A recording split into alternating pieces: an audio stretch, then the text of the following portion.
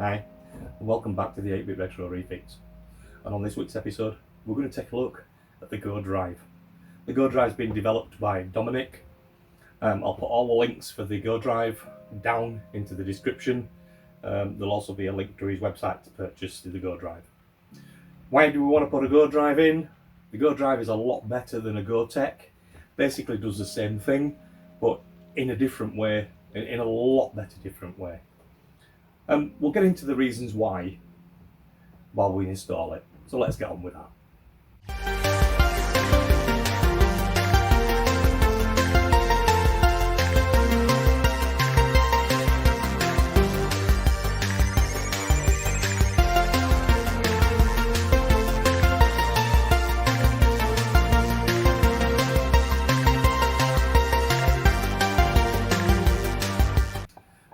So one of the reasons why we would want to install a GoDrive. The GoDrive, again, is like the Gotek, apart from it's a lot smaller. You'll see that in the video. It actually goes in with the floppy drive and installs straight into the A1200. And the ribbon cable comes up through the top case. And we don't have to cut it. It's one of the best reasons for going for the GoDrive, as well as keeping the floppy drive as well. Where normally when you get a Gotek, you'd either have it externally, hanging about on bits of wires, or you would end up having to cut the whole casing out at the end so you could see in and out of the end of the GoDrive to see what you're gonna. So what you're gonna select with the Gotek in the A1200 is you would normally install it where the floppy drive was. To find things out, you'd have to put your head down to the side of the A1200 to have a look to see what game you were selecting. Where with the GoDrive, it's all at the top for you.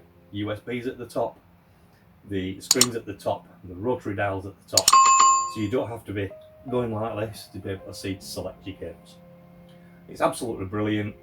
It's a must-have if you're in the Amiga scene, or you're liking Amigas, or you're just getting into the Amiga scene. A GoDrive is the way to go for you guys. To get that installed and have the option to be able to select ADF files which you've got off the internet, or you've purchased new games and they've given you the digital version of it. So we're not using floppy drives anymore. These discs wasn't designed for this kind of age, and they are deteriorating fast. So we don't want to lose our lovely games, the ability to be able to play these games. So the Gotek and GoDrive is one of the best features that you can actually go for. Personally, okay, yeah, you're looking at the cost. The GoDrive is a little bit dearer, but for what you're actually getting and the way it's actually set up, I think you've got pretty much bang for the buck. It's good money, it's well worth it. So let's get on with fitting it. So here we go, here's a 1200. There's no screws in it, there haven't been any screws in it for a long time to be fair, but I'm hoping that's going to change. We have put the Pi Storm in there, we did that on the last one, and we've got the SD card in there now. Thank you very much, Neil from Retro for You for sorting that out for us. It just saved a load of grief. And what we're going to install today is the Digital Retro Bay GoDrive. This is a Gotek, or what should have been the Gotek. This is absolutely fantastic. And the reason why I want to install this is I'll explain that while we're fitting it. So, what's in this box? Let's move that back a little bit. There is something extra in this box which I just want to take out of the way. I've just popped it in there for the time being, which was like a little component tester that we've picked up. And in the box we have a ribbon cable, we have the board, very nice in there, and there's the GoDrive itself. So you can tell it's very, very, very tiny. Very tiny indeed. A lot smaller than what the actual Gotek is. The Gotek's huge. So that's what we're going to be installing. We also get an adapter cable for the power supply. So we'll put that in straight into there. So that can go on there like that. Straight in onto there. I don't know which round this ribbon cable actually goes, so we're going to have to take a look at that. But first of all, let's get the Amiga 1200 in bits. So that's easy enough to do. we can just lift the lid off because there's no screws. We can lean that back there out of the way. We can take our keyboard, because we don't need that, and we can just flop that back over there. Let's take the keyboard and power supply off. This is the IDE cable for his disk drive, so we should be able to take the power cable off for the disk drive. Just pull that up and out, and take the cable off for the disk drive. Take that up and out, and then the GoDrive should just connect straight on top. Straight on top of there. Oh.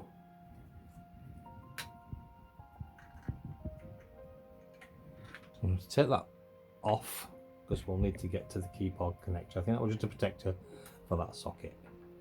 So we'll line that up there with that. We'll line them up there with that, and we simply push down. So that's literally installed the GoDrive. It's done. It's that easy. Let's straighten that pin a little bit. Right, one of these cables are going to go to the disk drive.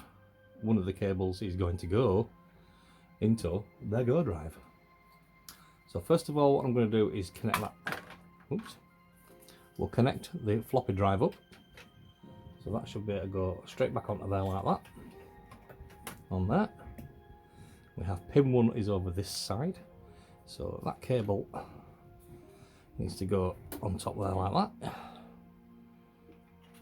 Some of these drive have a plastic peg in it, so if it does have a plastic peg in, you'll need to remove that. So I'll just push that down on top there. So that should nice and neatly fit there now. Just squish that down a little bit. And what I need to do is find out which way around them go. I think we will find that the ribbon cable goes in that way. So if we lift that tag, then we can pop the ribbon cable in like that. Lift the tag again because it's just dropped down. Lift that tag, in she goes. Put the tag down. So that's that done. So that's his little floppy drive cable now for this unit. What we need to do is feed that across there and give the power supply power to the floppy drive. If we just lift them cables up out of the way, we can do that there. So that's on there.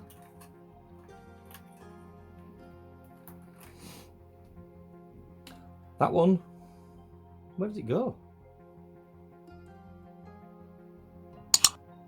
Where does that go? Do we need it?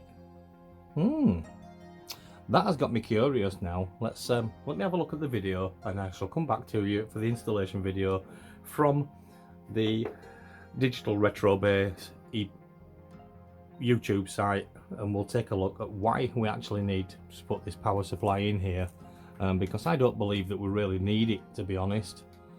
It doesn't seem like it needs to have one. I think this would have been if you was going to be using something else, like plugged in over here maybe, but I don't think this is actually necessary, because we're picking up the power for the GoDrive here, and then we plug in the power for the floppy drive from here. So what's that for? So 2 seconds and I'll be back. So okay, so I've just had a quick look at the video just to be 100% sure that we don't need this power cable. So we'll just pull that back out. We'll just take that away, and we will put back on the original cable for the floppy drive, power cable. Like so.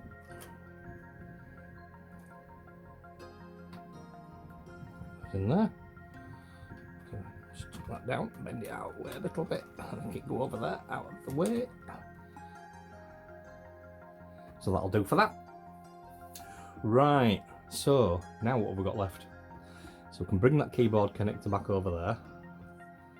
Put the keyboard connector. Oops. Just try and lift that past that ribbon. So move that down there out of the way. This is the LED light, not keyboard. This is for the LEDs, for the power and the drive activity lights. So we can plug that back in there. Right, so that should be that. We can sit that back down there, like so. And then we can take a look at where we're going to position as GoDrive. So I would say we can slide through there like that. And pull the cable through. I'm not going to button it up just yet because we don't need to test it out later. So here we go again with the drive. So I'm presuming this goes that way, like that. We always seem to have the blue to the side. That little tag's come out again. So I'll just lift that out, slide it in, like that, and nip that down. Clip it in place. So that's clipped in place, and then you can just feed that back down inside if it'll go inside. If it doesn't spring back like that one is. And then that can sit just down there on the top. Nice. So that's the GoDrive installed. I don't know why this cable's come. There must be a reason for this cable. It must be for piggybacking if you've got something else that needs power inside there. So that's nice and handy to keep hold of that cable. So that's it. It should all be up and running. What I will do next is to get all this plugged in, and we'll take a look and see how this runs and see how good it is. We should be able to get the case fastened back down permanently as well by then. So I'll come back to you when I've got it all wired up and we can have a look on the screen and check out this. This is really good. The reason why I wanted to put one of these in is because we can keep the floppy drive in. It doesn't affect the floppy drive. So now, like a normal Gotek, I'll get you the Gotek and let you have a look. So this is the Gotek, what I was using in there, and it was just sitting up here like this, with the cables coming out of the back and up and over. Because it is a little bit awkward. Some of the games work off the first drive. So if you start loading off a second drive, the game starts to load and then it crashes because it's looking over there for the rest of the data, which is no good. So if you put it on the external side of it, then you've got to start with 2 mouse buttons and boot from that particular drive, and hopefully that'll work it that way around. But as you've seen with that GoDrive, it just gets installed straight into the system, and it's done. We've got floppy drive, we've got GoDrive. Yeah, okay, you might say, well, it's still going to have to disk swap here with the floppy drives, with the floppy disks. Correct, you would have to still do that. Just like when you fill your install for the workbench, etc., and all the disks for that, you will put it on this USB stick and pop that in, and then you'd just select the drives off here and click it when you want to select the disk. The F at the top of here is for floppy, and the G at the bottom down there is for GoDrive. So we can change that on the fly as we please. So like I said, what I'm going to do is get this all wired up, and then we'll take a look at it in action. Right, so you can see that the GoDrive is lit up. We can turn the rotary knob to show you the different games that we can pick on there, and we'll just leave it on Commodore for the minute. You've got the switch up here that switches between the floppy drive and the GoDrive. We've got Xcopy as a disk inside here. So what I'm going to do now is just pan you up to the screen and we'll just let you show what the difference does. We've got nothing at the moment. You can see on the workbench that we've got this RAM disk, workbench, and there's a games folder, and that's it, nothing at all. So we're on floppy drive at the moment, so if I put the Xcopy in, and we've got Xcopy Pro up there. So that's in there, look. Yep. So remember we had Commando that were loaded in the GoDrive. So if I just go over to the switch on the GoDrive now, and switches over to GoDrive, that should load up now and changes to Commando. So we've got us games in there now, look. So if I change that to the next game, which is Deluxe Galaga, you'll see on the screen that should change to Deluxe Galaga. There you go, we've got Deluxe Galaga. And then obviously we can take a look at the Deluxe Gallagher. We can have a look inside there. And there's just one folder, so we could start that game up if we wanted. So, and again, if we wanted to, we can go back to the floppy drive, which we just flick the switch, and you will find that nothing happens at all. So what you have to do is eject the disk and put the disk back in, just so it sees a disk change, and then you get X Copy Pro or whatever on your disk that you've got up there. So what's next for the A1200? So we have got a keyboard membrane that we got from Dominic, the guy that designed the GoDrives. We're going to be installing that in another video. So I'm going to show you the brand new membrane, and it also has a different connector that plugs into the motherboard, which gets us away from that little clip that you have to lift up and lift the ribbon cable out. It's actually like a little PCB on the end, so we can just plug that straight into the top.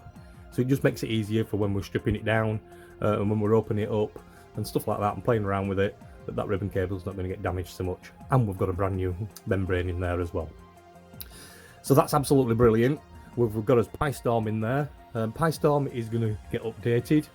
The PyStorm, apparently the new version now has the Wi-Fi enabled, so we can get Wi-Fi out of the A1200 as well.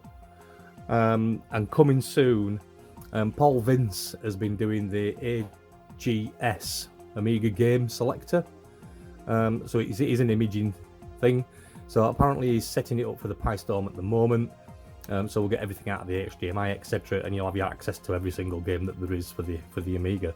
So that's going to be awesome. That'll be just a flash over onto the SD card, or I might even just reprogram or flash over onto a fresh SD card, so we can change them on the fly. So that's it, guys. The GoDrive's installed. What did you think of that? I'd love to hear your comments about the GoDrive. Up and coming videos, we have still got the A2000 to be getting on with. I haven't been on that for a while, so I do need to get back to that. We've also got from the Amiga group, Mike's CD TV, which we need to do a recap of that.